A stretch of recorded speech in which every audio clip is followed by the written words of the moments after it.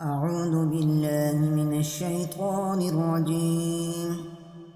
بسم الله الرحمن الرحيم. الحمد لله الذي أنزل على عبده الكتاب ولم يجعل له عوجا قيما لينذر بأسا شديدا من لدنه ويبشر المؤمنين الذين يعملون الصالحات أن لهم أجرا حسنا ماكثين فيه أبدا وينذر الذين قالوا اتخذ الله ولدا ما لهم به من علم ولا لآبائهم كبرت كلمة تخرج من أفواههم إن يقولون إلا كذبا فلعلك باخع نفسك على آثارهم من لم يؤمنوا بهذا الحديث أسفا إنا جعلنا ما على الأرض زينة لها لنبلوهم أيهم أحسن عملا وإنا لجاعلون ما عليها سعيدا جرزا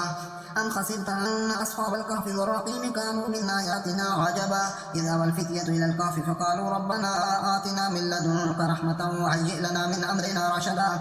فضربنا على آذانهم في الكهف سنين عددا ثم بعثناهم لنعلم أي الحزبين أحصى لما لبثوه أمدا نحن نقص عليك نبأهم بالحق إنهم فتية آمنوا بربهم وزدناهم هدى وربطنا على قلوبهم إذ قاموا فقالوا ربنا رب السماوات والأرض لن ندعو من دونه إلها لقد قلنا إذا شططا هؤلاء قوم اتخذوا من دونه آلهة لولا يأتون عليهم بسلطان بين فمن أظلم ممن افترى على الله كذبا وإذ اعتزلتموهم وما يعبدون إلا الله فأووا إلى الكهف ينشر لكم ربكم من رحمته ويهيئ لكم من أمركم مرفقا وترى الشمس إذا طلعت تزاور عن كهفهم ذات اليمين وإذا غربت تقرضهم ذات الشمال وهم في فجوة منه ذلك من آيات الله من يهد الله فهو المهتد ومن يضلل فلن تجد له وليا مرشدا وتحسبهم أيقاظا وهم رقود ونقلبهم ذات اليمين وذات الشمال وكلبهم باسط ذراعيه بالوسيد لو اطلعت عليهم لوليت منهم فرارا ولملئت منهم رعبا وكذلك بعثناهم ليتساءلوا بينهم قال قائل منهم كم لبثتم قالوا لبثنا يوما أو بعض يوم قالوا ربكم أعلم بما لبثتم فبعثوا أحدكم بورقكم هذه إلى المدينة فلينظر أيها أزكى طعاما فليأتكم برزق منه وليتلطف ولا يشعرن بكم أحدا إنهم إن يظهروا عليكم يرجموكم أو يعيدوكم في ملتهم ولن تفلحوا إذا أبدا وكذلك أعثرنا عليهم ليعلموا أن وعد الله حق وأن الساعة لا ريب فيها إذ يتنازعون بينهم أمرهم فقالوا بنوا عليهم بنيانا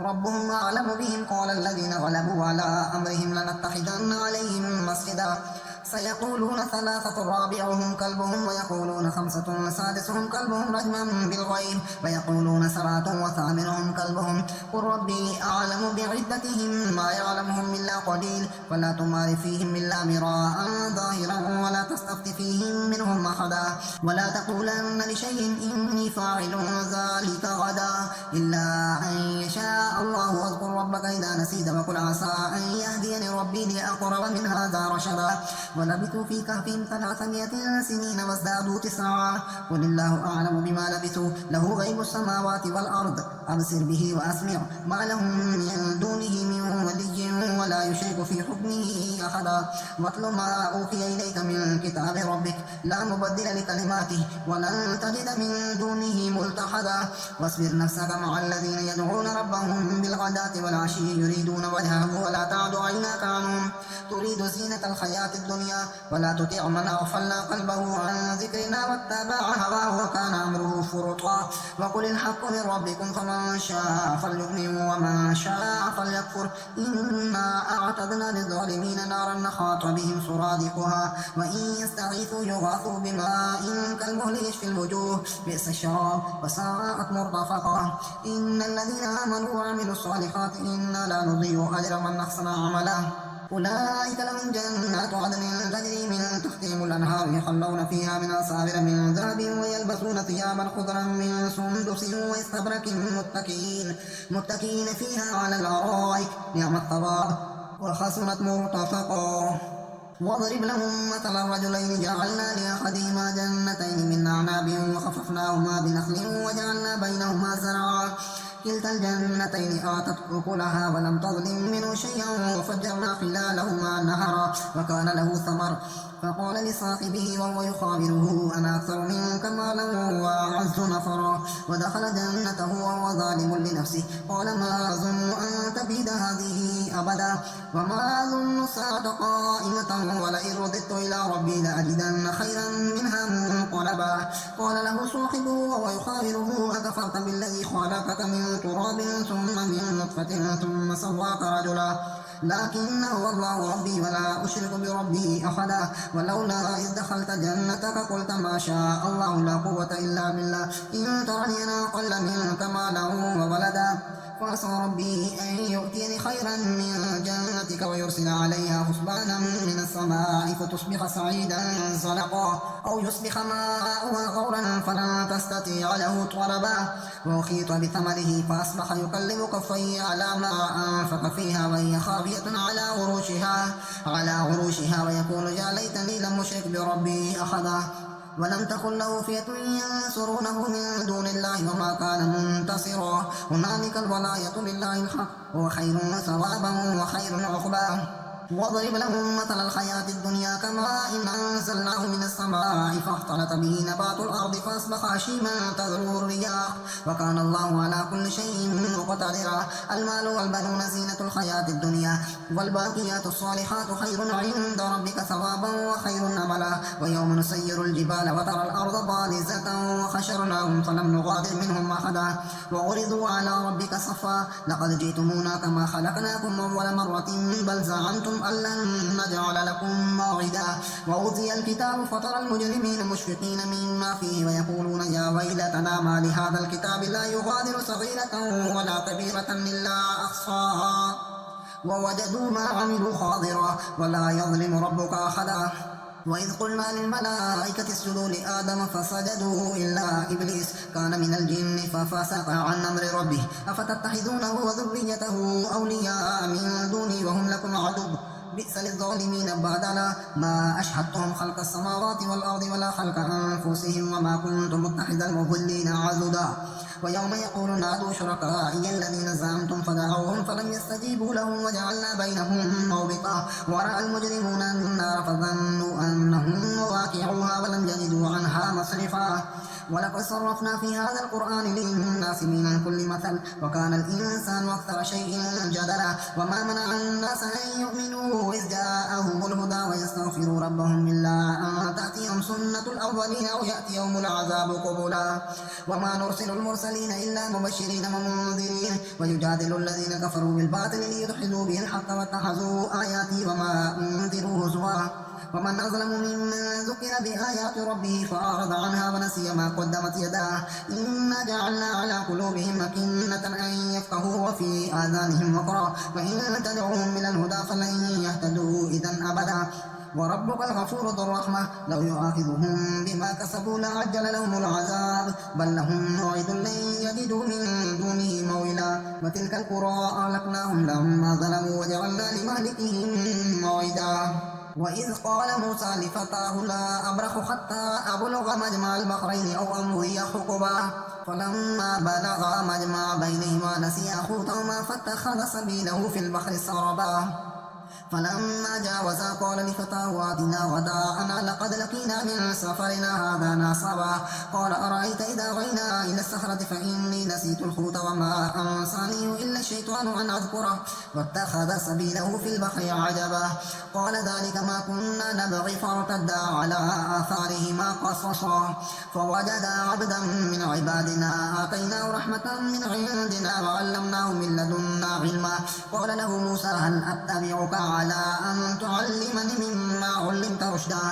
قال إنك لن تستطيع معي صبرا وكيف تصبر على ما لم تحط به خبرا قال ستجدني إن شاء الله صابرا ولا أعصي لك أمرا قال فإن اتبعتني فلا تسألني عن شيء حتى أحدث لك منه ذكرا فانطلقا حتى إذا ركبا في السفينة خرقها قال أخرقتها لتغرق أهلها لقد جئت شيئا إمرا قال لم أقل إنك لن تستطيع معي صبرا قال لا تؤاخذني بما نسيت ولا ترهقني من أمري عسرا فانطلقا حتى إذا لقيا غلاما فقتله قال أقتلت نفسا زكية بغير نفس لقد جئت شيئا نكرا. قال لم أقل لك إنك لن تستطيع معي صبرا. قال إن سألتك عن شيء بعدها فلا تصاحبني قد بلغت من لدني عذرا. فانطلقا حتى إذا أتيا أهل قرية استطعما أهلها فأبوا أن يضيفوهما فوجدا فيها جدارا يريد أن ينقض فقامه. قال لو شئت لاتخذت عليه أجرا. قال هذا فراق بيني وبينك سأنبئك بتأويل ما لم تستطع عليه صبرا. أما السفينة فكانت لمساكين يعملون في البحر فأردت أن نعيبها وكان وراءهم ملك يأخذ كل سفينة غصبا. وأما الغلام فكان أبواه مؤمنين فخشينا أن يرهقهما طغيانا وكفرا. وأردنا أن يبدلهما ربهما خيرا منه زكاة وأقرب رحما. وأما الجدار فكان لغلامين يتيمين في المدينة وكان تحته كنز لهما وكان أبوهما صالحا. فأراد ربك أن يبلغا أشدهما ويستخرجا كنزهما رحمة من ربك وما فعلته عن أمري ذلك تأويل ما لم تستطع عليه صبرا. ويسألونك عن ذي القرنين قل سأتلو عليكم منه ذكرا. إنا مكنا له في الأرض وآتيناه من كل شيء سببا فأتبع سببا حتى إذا بلغ مغرب الشمس وجدها تغرب في عين حمية ووجد عندها قوما. قلنا يا ذا القرنين إما أن تعذب وإما أن تتخذ فيهم حسنا. قال أما من ظلم فسوف نعذبه ثم يرد إلى ربه فيعذبه عذابا نكرا. وأما من آمن وعمل صالحا فله جزاء الحسنى وسنقول له من أمرنا يسرا. ثم أتبع سببا حتى إذا بلغ مطلع الشمس وجدها تطلع على قوم لم نجعل لهم من دونها سترا كذلك وقد أحطنا بما لديه خبرا. ثم أتبع سببا حتى إذا بلغ بين السدين وجد من دونهما قوما لا يكادون يفقهون قولا. قالوا يا ذا القرنين إن يأجوج ومأجوج مفسدون في الأرض فهل نجعل لك خرجا على أن تجعل بيننا وبينهم سدا. قال ما مكنني فيه ربي خير فأعينوني بقوة أجعل بينكم وبينهم ردما. آتوني زبر الحديد حتى إذا ساوى بين الصدفين قال انفخوا حتى إذا جعله نارا قال آتوني أفرغ عليه قطرا. وما استطاعوا أن يظهروا وما استطاعوا له نقبا. قال هذا رحمة من ربي فإذا جاء وعد ربي جعله دكا وكان وعد ربي حقا. وتركنا بعضهم يومئذ يموج في بعض ونفخ في الصور فجمعناهم جمعا. وعرضنا جهنم يومئذ للكافرين عرضا. الذين كانت أعينهم في غطاء عن ذكري وكانوا لا يستطيعون سمعا. أفحسب الذين كفروا أن يتخذوا عبادي من دوني أولياء إنا أعتدنا جهنم للكافرين نزلا. قل هل ننبئكم بالأخسرين أعمالا الذين ضل سعيهم في الحياة الدنيا وهم يحسبون أنهم يحسنون صنعا. أولئك الذين كفروا بآيات ربهم ولقائه فحبطت أعمالهم فلا نقيم لهم يوم القيامة وزنا. ذلك جزاؤهم جهنم بما كفروا واتخذوا آياتي ورسلي هزوا. إن الذين آمنوا وعملوا الصالحات كانت لهم جنات الفردوس نزلا خالدين فيها لا يبغون عنها حولا. قل لو كان البحر مدادا لكلمات ربي لنفد البحر قبل أن تنفد كلمات ربي ولو جئنا بمثله مددا. قل إنما أنا بشر مثلكم يوحى إلي أنما إلهكم إله واحد فمن كان يرجو لقاء ربه فليعمل عملا صالحا ولا يشرك بعبادة ربه أحدا. صدق الله.